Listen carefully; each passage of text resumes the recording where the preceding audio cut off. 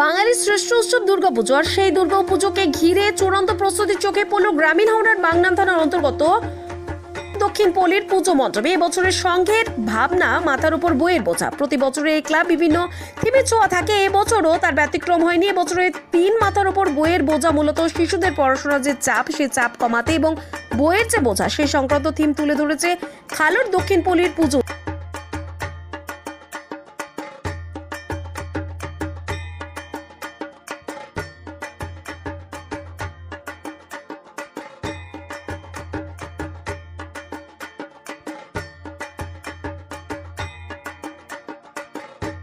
আমাদের ক্লাবের নাম হচ্ছে খালুর দক্ষিণ পল্লী। দক্ষিণপল্লী হ্যাঁ, দক্ষিণপল্লী প্রতি বছরই একটা থিমের ছোঁয়া থাকে, নতুনত্ব ভাবনা থাকে। এবছরে আপনাদের ভাবনা কি?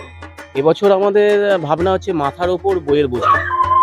ছোট ছোট বাচ্চাদের 2-3 বছর হয়ে যাওয়ার পর থেকে আমাদের সমাজের বাবা মায়েরা সবসময় ছেলেদের ওপর চাপিয়ে দেওয়া হয় পর পর পর, যাতে এই জায়গা থেকে আমরা দেখাতে চাইছি যে একটা শিশুর ওপর কীভাবে বইয়ের বোঝা চাপিয়ে দেওয়া হচ্ছে, এবং সেইটাকে তুলে ধরে আমরা সম্পূর্ণ তিনটার নাম দিয়েছি মাথার ওপর বইয়ের বোঝা। এই মণ্ডপ সজ্জায় কি কি জিনিস ব্যবহার করা হয়? মণ্ডপ সজ্জায় আমরা থার্মোকল, স্লেট, টিন, পেরং, তারপরে হচ্ছে বাঁশ, কাপড়, যা যা এক্সেসরিজ আছে। মনে হচ্ছে আগের থেকে এবছর। অবশ্যই তো বেটার মনে হচ্ছে। আর এর পাশাপাশি আর কি কি অনুষ্ঠান? আমাদের এমনি সামাজিক অনুষ্ঠান থাকেই, ঠিক আছে, যেমন বস্ত্রদান, তারপরে হচ্ছে আপনার হচ্ছে উদ্বোধন অনুষ্ঠান। স্থানীয় যে আমাদের বিধায়ক মহাশয় আছেন, তিনি উদ্বোধন করেন। কবে উদ্বোধন? আমাদের চতুর্থীতে উদ্বোধন হচ্ছে।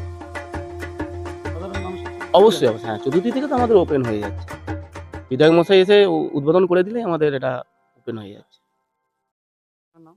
আমার নাম হচ্ছে সোমনাথ মণ্ডল। কবে থেকে শুরু হয়েছে মণ্ডপ? হ্যাঁ, ধরুন আগস্ট মাসের 2 তারিখ থেকে, 16 তারিখ থেকে। আমাদের প্রতিমা শিল্পী হচ্ছে কুমোরটুলি রাখাল পাল, ঠিক আছে। Decorators Manna decorator, Bagnan Howrah.